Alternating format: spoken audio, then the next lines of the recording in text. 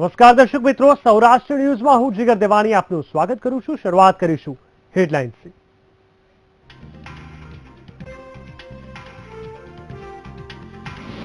રાજકોટમાં શવવાહિનીના રૂપિયા ન હોવાથી 11 કલાક સુધી રજડ્યો મૃતદેહ। મેયરે કહ્યું, એસી કેબિનમાં બેસીને અમને ખ્યાલ ન આવે।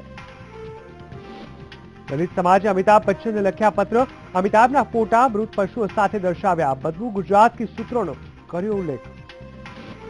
ભાવનગરમાં 4 ગામના સરપંચને સસ્પેન્ડ કરી દેતા ભભૂક્યો રોષ। ડેપ્યુટી ડીડીઓએ ઓર્ડર પર સ્ટેની રજૂઆત કરતા મામલો થાળે પાડ્યો। રાજકોટમાં જામનગર રોડ પર ફાયરિંગની ઘટનામાં 2 વ્યક્તિ સામે આવ્યા। પોલીસે શરૂ કરી તપાસ। ભુજ એરપોર્ટથી ઇન્ટરસિટી કનેક્ટિવિટીનો મળશે લાભ। ભુજથી અમદાવાદ અને ભુજથી દિલ્હી સુધી મળશે હવાઈ સેવા। સરકારે મહેસૂલ વિભાગના અનેક કર્મચારીઓને કર્યા ફરજ મોકૂફ, તો પોલીસ વિભાગના કર્મચારીઓની પણ કરાઈ બદલી।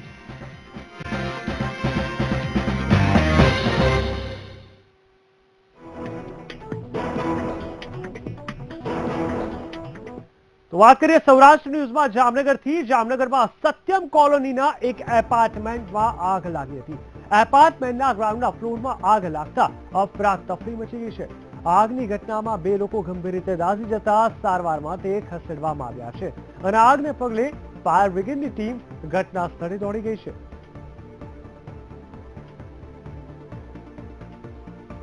આ જગ્યાએ વધુ વિગત આપશે અમારા સંવાદદાતા રવિ બુદ્ધદેવ। રવિ, જણાવશો જામનગરમાં જે રીતે સત્યમ કોલોનીમાં આગનો બનાવ સામે આવ્યો છે, કેવી રીતે આગ બનવા પામી હતી અને શું છે સ્થિતિ હાલની? ચોક્કસથી જો જીગર હું આપને વાત કરીશ તો જામનગરના સત્યમ કોલોની નજીક આવેલ પરિવાર એપાર્ટમેન્ટની અંદાજે 2 કલાક પહેલા બનેલી આ ઘટના છે, જેમાં એક મહિલા અને પુરુષ છે તેમની લાશ છે તે ગ્રાઉન્ડ ફ્લોર પરથી મળી આવી છે।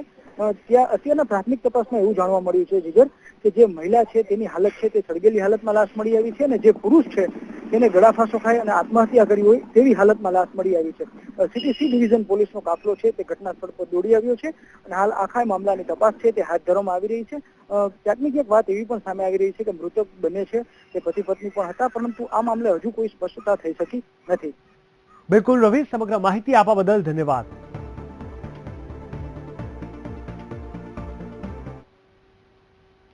પહેલા ઓરિસ્સાના કાલાહાંડી, યુપીના કાનપુર અને પછી વડોદરા અને ત્યારબાદ હવે રાજકોટમાં માનવતાને શર્મસાર કરતો વધુ એક કિસ્સો સામે આવ્યો છે।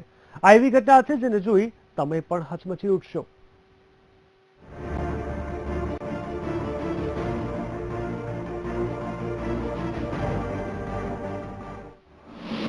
માનવતા વધુ એક વખત શર્મસાર, રજડ્યો મૃતદેહ। સમાજને શર્મમાં મૂકી દે તેવા કિસ્સાઓ એક પછી એક દેશભરમાં સામે આવી રહ્યા છે।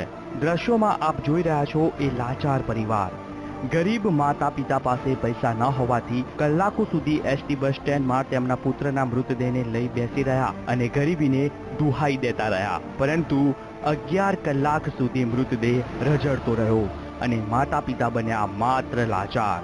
તો હવે સવાલ થાય છે કે મજૂર પરિવાર સામે તંત્રનું ધ્યાન કેમ ન પડ્યું? કેમ કોઈ વ્યક્તિએ તંત્રને જાણ ન કરી? શું માનવતા મરી પરવારી છે? અંતે એસટીમાં કામ કરતા કર્મચારીઓ અને એસટી પર આવતા જતા પ્રવાસીઓએ તેમને મદદ કરી। ત્યારબાદ ગરીબ પરિવારે મૃતદેહને ઘરે લઈ જવાની તૈયારીઓ કરી। શું આ જ છે આપણી ધાર્મિકતા? એક તરફ આપણો દેશ ધાર્મિક દેશ છે અને આપણા ધર્મમાં મનુષ્યના મૃત્યુ બાદ અંતિમ વિધિ કરી તેની આત્માને શાંતિ આપવી તેને મોટું પુણ્ય ગણવામાં આવે છે। આવા દેશમાં એક મૃતદેહની આવી સ્થિતિ આપણી ધાર્મિકતાને લજવી રહી છે। Bureau report, VTV news. તો માનવતાને શર્મસાર કરતી આ ઘટના અંગે રાજકોટના મેયરે પણ બેજવાબદારીભર્યું નિવેદન આપ્યું છે। મેયર જયમીન ઉપાધ્યાય સાથે જ્યારે આ અંગે વાત કરવામાં આવી ત્યારે તેમણે જણાવ્યું કે તેમને આ ઘટના અંગે કશો જ ખ્યાલ નથી।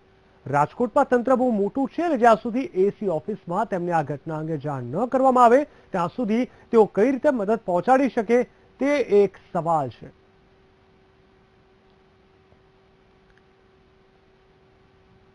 વાત કરીએ રંગીલા રાજકોટની, તો રાજકોટમાં દિવસે ને દિવસે લૂંટ, મર્ડર અને ફાયરિંગની ઘટનાઓ વધતી જાય છે। સોમવારે ફરી એક વખત રાજકોટમાં ફાયરિંગ થયું, જેમાં એક 60 વર્ષીય સુરેશભાઈ નાથવાણીનું મોત નીપજ્યું। જોકે સમગ્ર મામલે રાજકોટ પોલીસે આરોપીને પકડવા માટે ચક્રો ગતિમાન કર્યા છે. છેલ્લા 19 દિવસમાં આ 9મી ઘટના છે. પોલીસ તપાસમાં સતીશ આહિર અને પિન્ટુ દરબારનું નામ સામે આવ્યું છે. પોલીસના જણાવ્યા અનુસાર મૃતક દ્વારા એક મકાનની ખરીદી કરવામાં આવી હતી, જેને લોનના રૂપિયા ભરવા માટે આ બે શખ્સો પાસેથી તેના નાણે વ્યાજે લીધા હતા. ત્યારે સોમવારે સાંજે આરોપી દ્વારા મૃતકને ફોન કરવામાં આવ્યો હતો અને જણાવ્યું હતું કે તમારું મકાન ખરીદવા માટે એક પાર્ટી તૈયાર છે, જેથી મૃતક આરોપીને મળવા ગયો હતો, જે આરોપીઓ ફાયરિંગ કરીને સુરેશભાઈને મોતને ઘાટ ઉતાર્યા હતા. હાલ તો આરોપીને પકડવા પોલીસે ચક્રો ગતિમાન કર્યા છે. તો કહી શકાય કે રાજકોટ, જે રંગીલું રાજકોટ ગણાતું હતું, તે ક્યાંક ને ક્યાંક હવે અસલામત બનતું ગયું છે. એક બાદ એક જે પ્રકારની ઘટનાઓ સામે આવતી ગઈ છે, અને હવે તો જયારે ફાયરિંગની વાત આવી છે, જેમાં એક 60 વર્ષીય સુરેશભાઈનું મોત નીપજ્યું છે. પૈસાની લેતી-દેતીમાં ફાયરિંગ કરવામાં આવ્યું હતું, જેને જોતા કાયદા વ્યવસ્થાની સ્થિતિ પર અનેકો પ્રકારના સવાલો ઉઠી રહ્યા છે.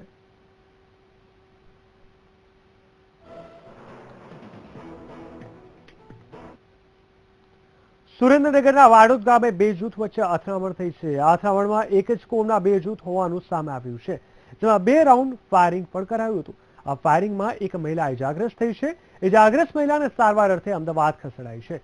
ફાયરિંગ અંગે અદાવત બદલ કરવામાં આવતું હોવાની આશંકા છે. પોલીસે આ અંગે વધુ તપાસ હાથ ધરી છે.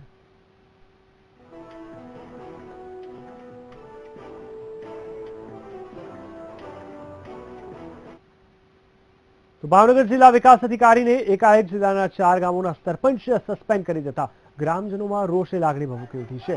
4 ગામો પૈકી બુધેલ, સડોસરા, પીપળી અને ઉમરાળા ગામના સરપંચોને સસ્પેન્ડ કરવામાં આવતા ગામના લોકોએ સ્વયંભૂ બંધ પાડીને રસ્તાઓ પર ચક્કાજામ કરતા વાહન વ્યવહાર થંભી ગયો હતો. તો આ ઘટનાની જાણ પોલીસ વિભાગને થતા ડીવાયએસપી સહિત પોલીસ કાફલો ઘટના સ્થળે પહોંચી ચુસ્ત બંદોબસ્ત તૈનાત કર્યો હતો. ઉલ્લેખનીય છે, વર્ષ 1985માં દબાણની કામગીરીમાં લાપરવાહી દાખવવા બદલ તેમને સસ્પેન્ડ કરવામાં આવતા 4 ગામના સરપંચો સહિત ગ્રામજનોમાં રોષની લાગણી બહાર આવી છે. જોકે મામલો વધુ વિકળતા ફરજ પર હાજર ડેપ્યુટી ડીડીઓએ સરપંચને સાચી હકીકત અંગે વાકેફ કરી સસ્પેન્ડ ઓર્ડર પર સ્ટે મેળવવાની રજૂઆત કરાતા મામલો થાળે પડ્યો હતો.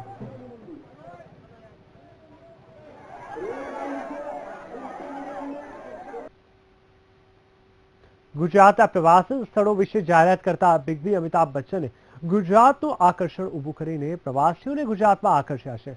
खुशबू गुजरात की कैंपेन में कुछ दिन तो गुजारिए गुजरात में एम कहीने गुजरातनी खुशबूने देश विदेश में फैलावવાનું કામ અમિતાભે કર્યું છે. ત્યારે ઉના દલિત કાંડની ઘટના બાદ દલિતોએ મૃત પશુઓને ઉઠાવવાનું બંધ કરી દીધું છે. એવામાં દલિત આગેવાન જિગ્નેશ મેવાણીએ દલિત સમાજને આહવાન કર્યું કે એક પોસ્ટકાર્ડ અમિતાભ બચ્ચને દરેક દલિત સભ્ય લખે, જેમાં બદબુ ગુજરાત કી જેવા મોટા પ્રવાસીઓ ગુજરાત આવે અને મૃત પશુઓના ફોટા સાથે પોસ્ટર રિલીઝ કર્યું, જેને લીધે સનસનાટી ફેલાઈ જવા પામી છે.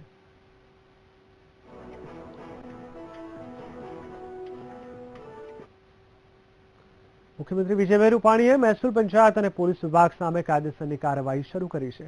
આ નિર્ણયને લઈ તેમણે દંડાત્મક પગલાં ભર્યા છે, જે સંદર્ભે મહેસૂલ પંચાયતના 20 કર્મચારીઓને ફરજ પરથી મોકૂફ કરવામાં આવ્યા છે.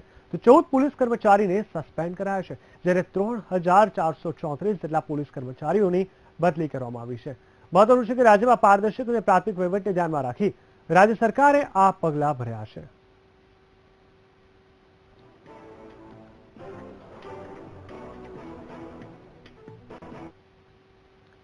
રાજકોટમાં થોડા દિવસ પહેલા હેવાનિયતની હદ વટાવી એક મહિલા સાથે ગેંગરેપની ઘટનામાં પોલીસે 4 આરોપીની ધરપકડ કરી છે. ઉલ્લેખનીય છે કે 14 વર્ષીય કિશોરી પર ગેંગરેપ થયો હતો, જેમાં મુખ્ય આરોપી ફેસબુક પર મિત્રતા કેળવી સગીરાને બ્લેકમેલ કરતો હતો અને 2 માસથી એક કારમાં લઈ જઈ નબીરાઓ દ્વારા દુષ્કર્મ આચરવામાં આવ્યું હતું. આ ગેંગરેપની ઘટનામાં વધુ આરોપીઓના નામ ખુલે તેવી શક્યતાઓ સેવાઈ રહી છે. જ્યારે છોકરી પોતાની મિત્રના ઘરેથી પાછી જતી હતી ત્યારે છોકરો એને પોતાની સાથે લઈ ગયેલો હતો અને એના ઘરે લઈ જઈને એની સાથે દુષ્કર્મ કરેલું હતું અને પછીથી એને જાનથી મારી નાખવાની ધમકી આપી હતી અને એને કહ્યું હતું કે ભાઈ હું તારા ફોટોગ્રાફ વાયરલ કરી દઈશ. એ અનુસંધાને અમે જે આરોપી છે મુખ્ય ઉત્તમ પટેલ, એના વિરુદ્ધ અમે તાત્કાલિક ફરિયાદ લીધેલી હતી.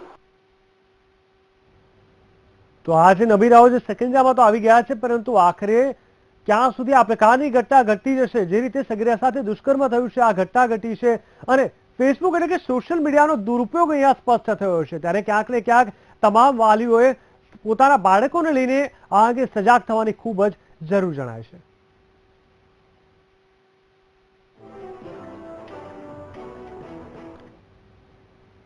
સૌરાષ્ટ્ર ન્યૂઝમાં હાલ સમય થઈ ગયો છે બ્રેકનો. વધુ સમાચાર જોઈશું આ બ્રેક બાદ.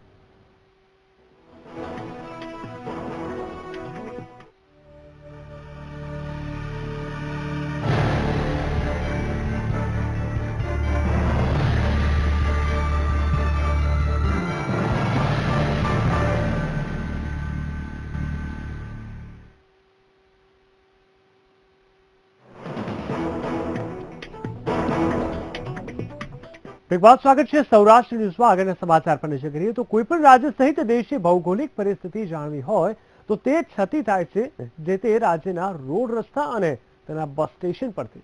આજે આપણે વાત કરીશું ગતિશીલ ગુજરાતના સુરેન્દ્રનગરના બસ સ્ટેશનની.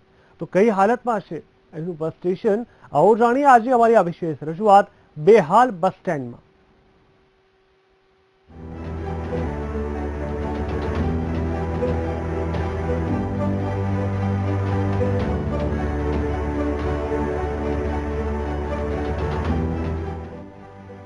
જર્જરિત હાલતમાં છે બસ સ્ટેન્ડ. સુવિધાને નામે મીંડું, મુસાફરોમાં રોષ. સૌરાષ્ટ્રનું પ્રવેશ દ્વાર એટલે સુરેન્દ્રનગર. સુરેન્દ્રનગર બસ સ્ટેન્ડ પરથી રોજ હજારોની સંખ્યામાં મુસાફરો અલગ અલગ શહેરોમાં મુસાફરી કરતા હોય છે, પરંતુ છેલ્લા ઘણા સમયથી સુરેન્દ્રનગરનું બસ સ્ટેન્ડ અત્યંત જર્જરિત હાલતમાં છે.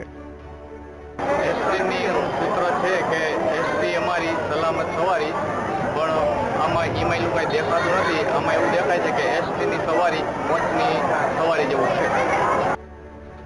આપ આ દ્રશ્યોમાં જોઈ શકો છો કે એક તરફ એસટી નિગમે અહીં બોર્ડ માર્યું છે સ્વર્ણિમ ગુજરાતનું, પણ બસ સ્ટેન્ડની હાલત જોઈને છતી થઈ રહી છે ગુજરાતની છબી. જી હા, આ એસટી બસ સ્ટેન્ડમાં જ સુવિધાનો અભાવ છે અને બસ સ્ટેન્ડની હાલત જર્જરિત છે. બસ સ્ટેન્ડમાં કુલર તો છે, પણ તે માત્ર શોભાના ગાંઠિયા સમાન.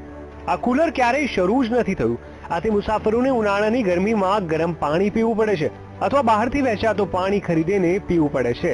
તો આ તરફ છેલ્લા 2 મહિનાથી એસટી બસ સ્ટેન્ડના પંખા પણ બંધ હાલતમાં છે, જેથી તંત્રની ઉઘાડી પોલ સાબિત થઈ છે.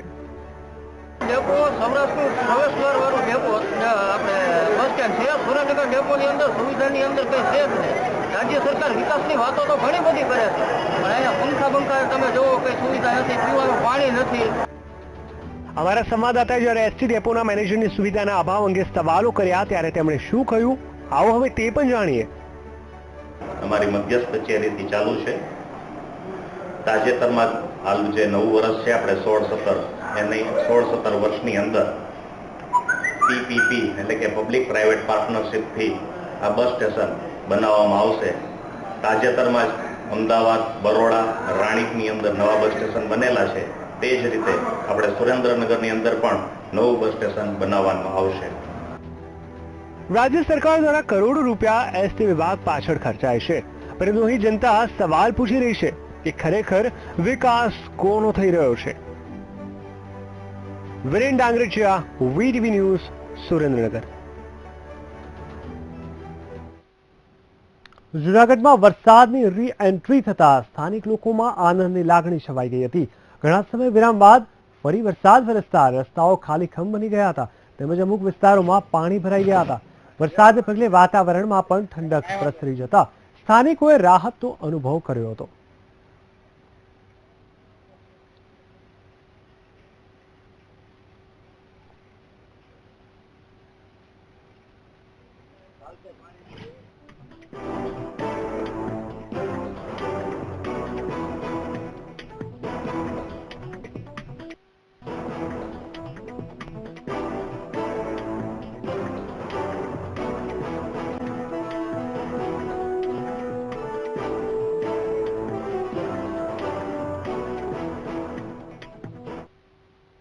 સિંહના મોતનો સિલસિલો ઘણા દિવસથી ચાલ્યો આવ્યો છે. ગીર સોમનાથના સાંગોદરા ગામમાં સિંહણના મોતનું રહસ્ય હજુ પણ વણુકેલું છે. થોડા દિવસ પહેલા હિરણ નદીના પાણીમાંથી સિંહણનો મૃતદેહ મળી આવ્યો હતો. સિંહણના મોતને લઈને વન્યજીવ પ્રેમીઓમાં રોષ જોવા મળ્યો છે.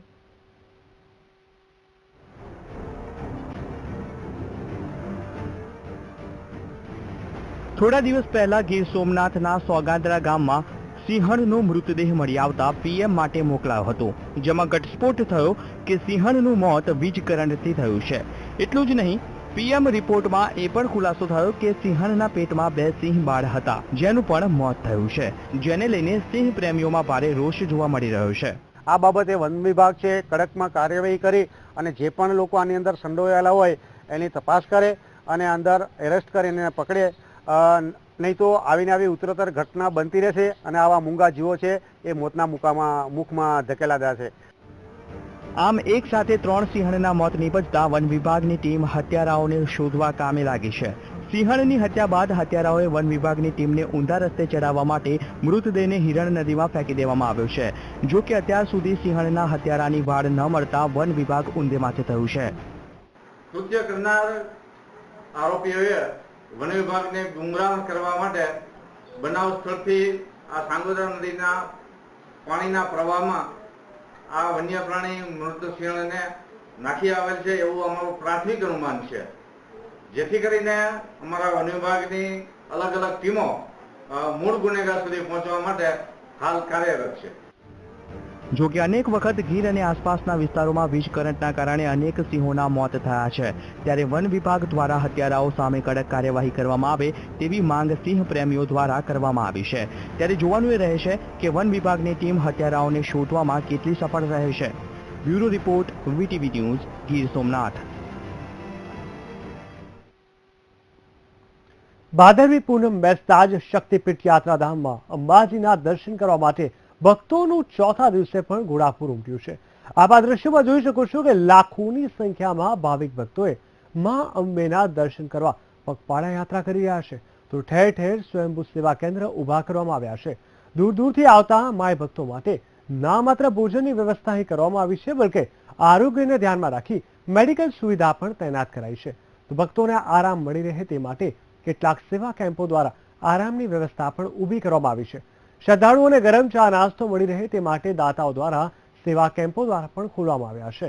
મા અંબેની શ્રદ્ધા ભક્તોમાં અતૂટ છે અને એટલે જ આને શક્તિપીઠ તરીકે ઓળખવામાં આવે છે અને તેથી જ અહીં ગુજરાત સિવાય અન્ય રાજ્યોમાંથી પણ ભક્તો બોલ મારી અંબે, જય જય અંબેના નાદ ગુંજાવી દોટ મૂકતા ઉગાડા પગે આવી ધન્યતા અનુભવે છે.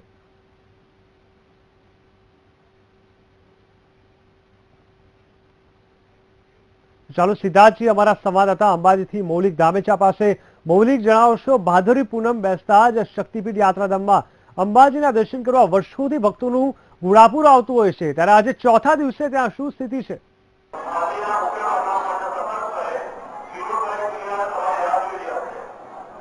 બિલકુલ જીગર, આપને જણાવી દઉં કે વર્ષોથી જે આસ્થાનું કેન્દ્ર રહ્યું છે અંબાજી આરાસુરી માતાનું મંદિર, તે આ વખતે પણ ભક્તોની ભીડ છે.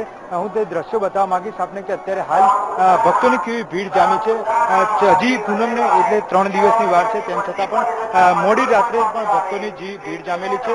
અહીંયા જે શણગારની વાત કરવામાં આવે તો અંબાજી માતાના શણગાર પણ કરવામાં આવ્યો છે, જે શક્તિપીઠ કહેવાય છે તેનું શણગાર કરવામાં આવ્યો છે. આ સિવાય પોલીસ સુરક્ષાની વાત કરીએ તો પોલીસ સુરક્ષા પણ અહીંયા આગળ તૈનાત કરી દેવામાં આવી છે. ખાસ કરી સિક્યુરિટી ફોર્સ અને અન્ય જે પેરામિલિટરી ફોર્સ છે તે અહીંયા આગળ તૈનાત કરી દેવામાં આવે છે, જેથી કરી કોઈ ભક્તોમાં અસુવિધા પેદા ના થાય અને અસુવિધા પેદા થાય તો તેને તાત્કાલિક રીતે ડામી શકાય.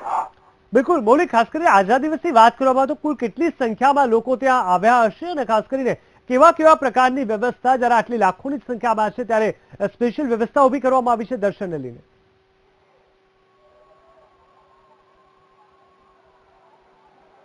બિલકુલ, આજના દિવસની વાત કરીએ તો 50,000થી વધુ દર્શનાર્થીઓ એક જ દિવસમાં દર્શનાર્થે આવ્યા હોય તેવો એક અંદાજ લગાવવામાં આવી રહ્યો છે અને આવનારા 3 દિવસમાં 1.5 લાખથી વધુ દર્શનાર્થીઓ અહીંયા આગળ દર્શન માટે આવે તેવી એક શક્યતા વર્તવામાં આવી છે, જેને લઈ દેવસ્થાન જે આરાસુરી અંબેનું મંદિર છે તેના સિક્યુરિટી અને અન્ય પેરામિલિટરી ફોર્સ છે તે પહેલેથી તૈનાત કરવામાં આવી છે. આ સિવાય ટ્રાફિક ડાયવર્ઝન માટે અન્ય જે સુવિધાઓ છે તે પણ ગોઠવવામાં આવી છે. આ સિવાય અહીંની વાત કરવામાં આવે તો સીસીટીવી કેમેરા સહિતની અન્ય સુવિધાઓ છે તે પહેલેથી જ તૈનાત કરી દેવામાં આવી છે અને જે ભાવિક ભક્તોને કોઈ અગવડતા ના પડે તે માટેની તમામ સુરક્ષાઓ અહીંયા પહેલેથી ગોઠવી દેવામાં આવી છે. બિલકુલ મૌલિક, સમગ્ર માહિતી આપવા બદલ ખૂબ ખૂબ ધન્યવાદ. તો કહી શકાય કે મા અંબાના દર્શન માટે લાખોની સંખ્યામાં લોકો ત્યાં જતા હોય છે, ત્યારે આજે ચોથા દિવસે પણ લાખોની સંખ્યામાં લોકો ત્યાં દર્શન કરવા ગયા છે અને કહી શકાય કે તેમના માટે એક ખૂબ જ અલગ પ્રકારની વ્યવસ્થાઓ પણ ઊભી કરવામાં આવી છે.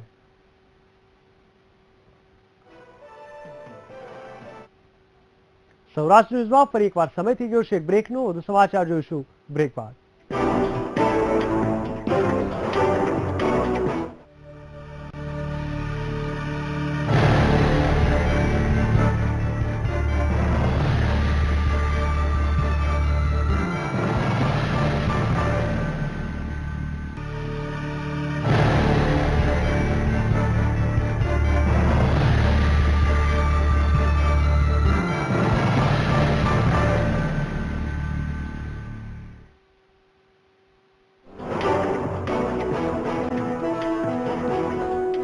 વિવાદ સૌરાષ્ટ્ર ન્યૂઝમાં સ્વાગત છે આપનું. વાત કરીશું રાજકોટની. રાજકોટના જેતપુર નવાગઢ નગરપાલિકા પ્રમુખની ચૂંટણી યોજાઈ હતી, જેમાં બીજેપીના જયસુખ ગુજરાતીની પ્રમુખ તરીકેની વરણી થઈ.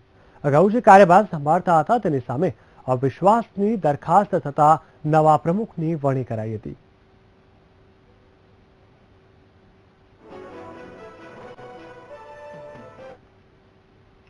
ભુજ એરપોર્ટની ઇન્ટરસિટી ફ્લાઇટની કનેક્ટિવિટી વધારવા તેમજ એરપોર્ટના વિકાસ માટેનો નિર્ણય કેન્દ્ર સરકાર દ્વારા લેવાયો છે. ત્યારે કચ્છના મોટાભાગના એનઆરઆઈ લોકોમાં આનંદની લાગણી જોવા મળી રહી છે. હાલ ભુજ અને મુંબઈ વચ્ચે હવાઈ સેવા ઉપલબ્ધ હોવાને લીધે ભારે હાલાકીનો સામનો કરવો પડતો હતો, પરંતુ નવી સુવિધાને પગલે હવે ભુજથી અમદાવાદ, દિલ્હી તેમજ ચેન્નઈ અને સુરત સુધીની હવાઈ સેવા શરૂ કરવામાં આવશે. તો બીજી બાજુ એરપોર્ટની અસુવિધાને લઈને પણ મુસાફરોમાં રોષની લાગણી જોવા મળી રહી છે.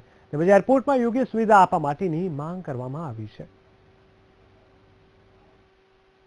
કચ્છ આટલું ડેવલપ થઈ રહ્યું છે, આટલી બધી ઇન્ડસ્ટ્રીઝ છે, જ્યારે આપણા પીએમ આટલું બધું પ્રમોટ કરી રહ્યા છે રણોત્સવને, કચ્છને, તો એના માટે થઈને આઈ થિંક ઇન્ટરનેશનલ કનેક્શન માટે થઈને બોમ્બે સિવાય બીજી જગ્યાએ પણ કનેક્ટિવિટી હોવી જોઈએ. ભુજ એરપોર્ટ અત્યારે તો સુવિધાઓમાં ખાસ તો બધા માણસોની માંગ છે તો ભાડાઓ બહુ વધારે હોય છે, કેમ કે કોમ્પિટિશન નથી. અને બીજી વસ્તુ છે કે એક કાર્ગો ટર્મિનલ આખા કચ્છમાં નથી મળી શક્યું કોઈ, તો એના માટે બધા માણસોને અમદાવાદ જવું પડે છે. દેશભરમાં આજે બકરી ઈદની ઉજવણી થઈ રહી છે, ત્યારે દ્વારકા દરિયા પીર દરગાહે બકરી ઈદ નિમિત્તે મોટી સંખ્યામાં મુસ્લિમ બિરાદરોએ સાથે મળીને ઈદની નમાઝ અદા કરી હતી.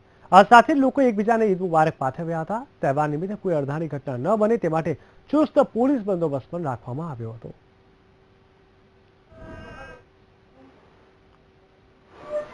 મીઠાપુર, ઓખા અને અન્ય ગામડામાં આજ ઈદ ઉલ અધહાનો તહેવાર મનાવવામાં આવ્યો છે. અમે અહીંયા આગળ ઈદગાહ ઉપર આવી અને નમાજ અદા કરી અને અમન અને શાંતિ રહે એના માટે દુઆ કરેલ છે. ગણેશ મહોત્સવમાં પૂજા અર્ચના અને ભક્તિ ગીતોનું ખાસ મહત્વ છે. અમરેલી જિલ્લામાં રાજુલા તાલુકાના ચાયબંદર ગામના તમામ લોકો અહીંયા આસ્થાભેર ગણેશ ઉત્સવ ઉજવે છે. આ ઉત્સવમાં મહિલાઓ પારંપરિક પોશાક પહેરીને રાસ ગરબા રમે છે અને ગજાનનની આરાધના કરે છે. દરિયા વચ્ચે રહીને પણ લોકો એક સમથી રહીને તમામ તહેવારોની ઉજવણી કરે છે.